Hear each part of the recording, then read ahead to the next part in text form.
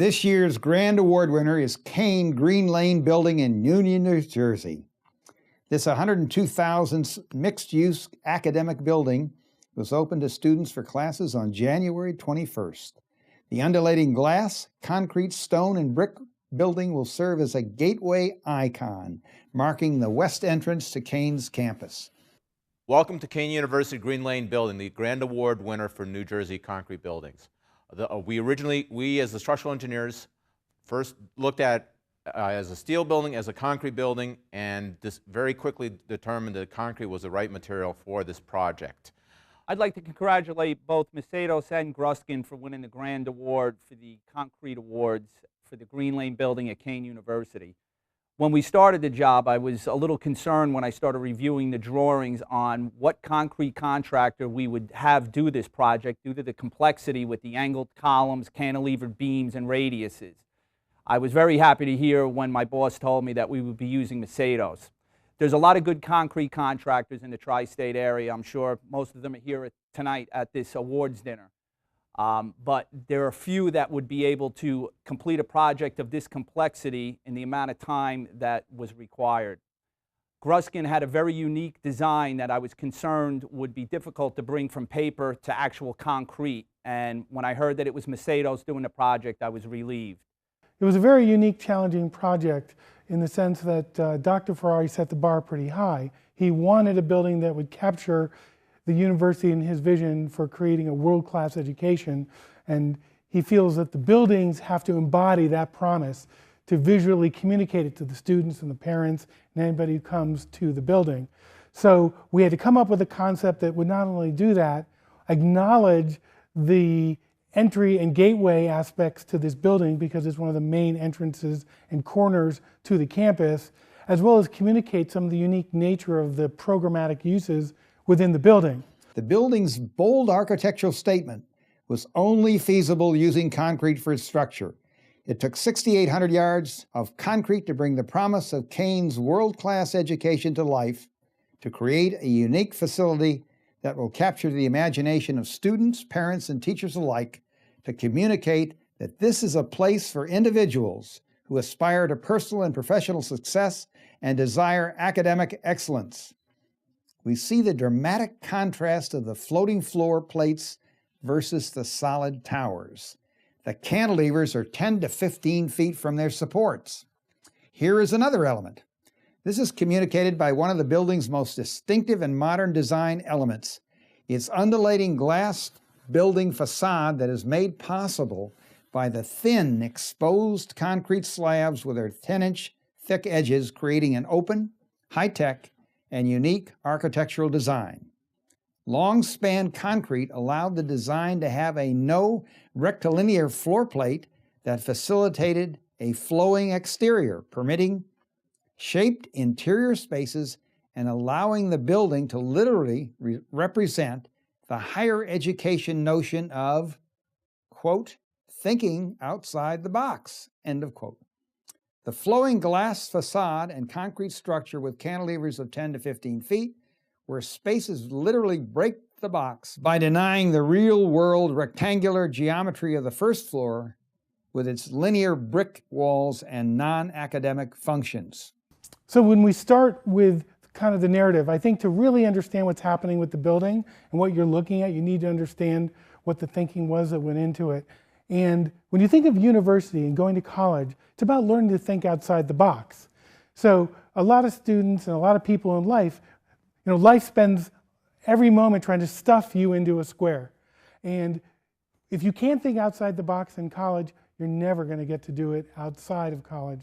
So one of the metaphors of this building has to do with that it literally breaks the box. If you look at the pictures of the first floor, it's a rectangle, and that's where the Barnes & Noble is and the cafe. That represents the reality in the real world, and it's on an orthogonal grid that follows the streets that were here originally. Once you get above to the second floor with the grand stair that sweeps up, you arrive at basically the university level. And at that level, everything starts to break. The building literally projects beyond the box, changes geometry, does all these things so no matter where you are, you're always breaking that kind of grid. You're always breaking that nature so that it metaphorically pushes you to realize, I need to think outside the box. I need to think different. I need to think in a plastic way and kind of turn everything on its head. And this building kind of does that, and it means to do that. And again, concrete played a critical role in communicating that, because the nature of concrete, making it very plastic and thin and light, gave us the ability to make very thin slabs, to do these incredible cantilevers, 10 and 15 feet, to have open bays of 55 feet or so that we could create some unbelievable, almost unreal experiences in the building, both inside and outside. Because again, when you come to the university, you're learning to think differently, to think outside the box, to push the envelope. And we want the building to push the envelope. And you almost wonder, well, how does it do that? How is this possible?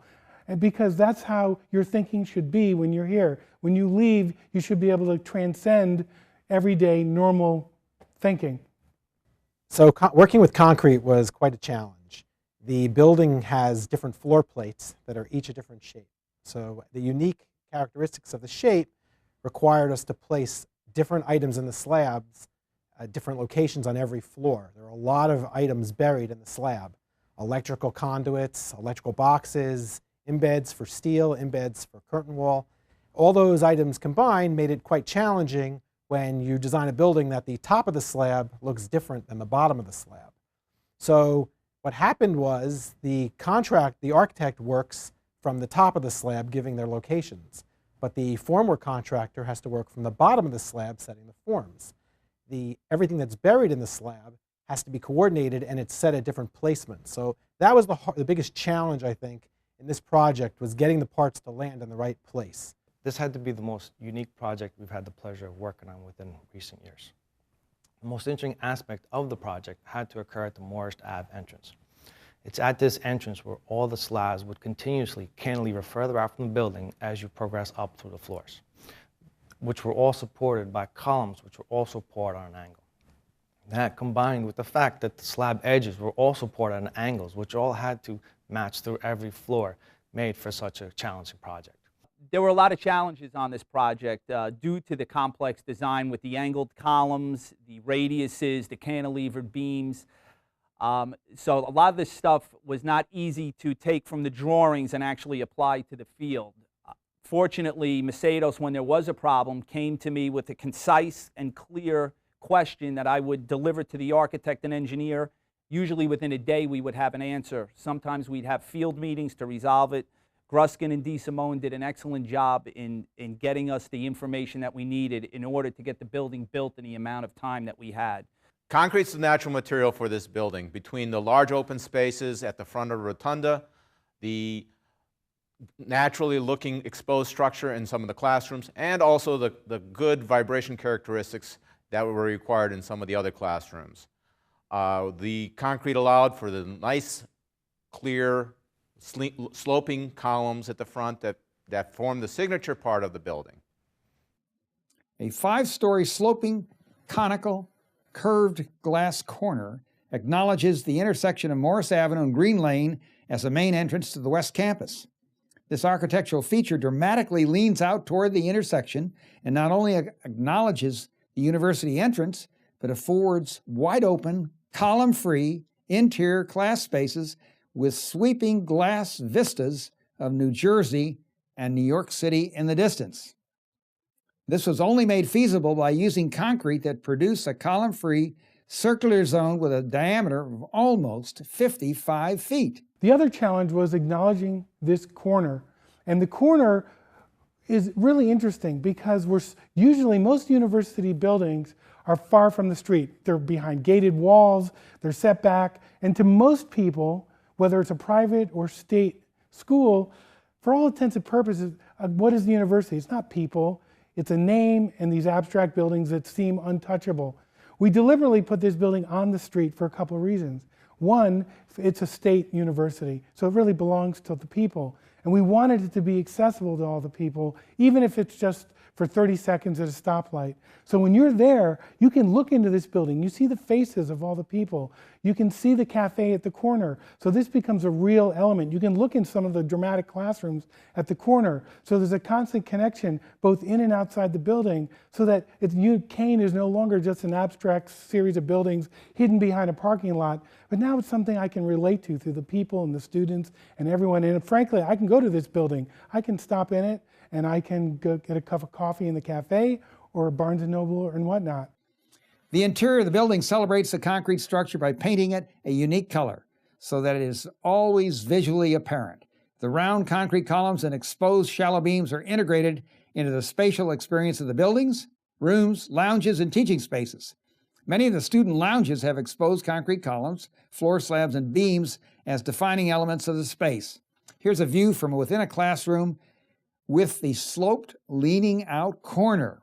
This building is here, the teachers are here, the university is here in service of the students, and everything is done to keep reminding everybody in this building that that's the priorities. There are some very large open spaces in the lower classroom in the rotunda that forms the gateway, and there are other more smaller classrooms and offices also in this building that were made best to work with concrete.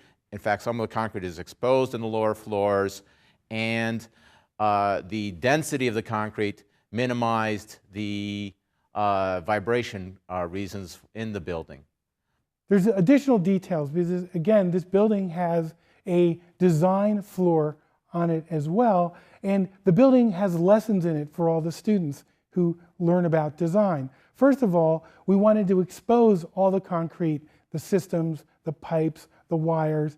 We wanted to make sure that they knew what was above the ceiling so that there would be no doubt in their minds as designers what they have to work with. It isn't just these magical things, but they're designing these buildings and these spaces and objects, and they need to deal with the reality of structure, electrical, mechanical, and so forth.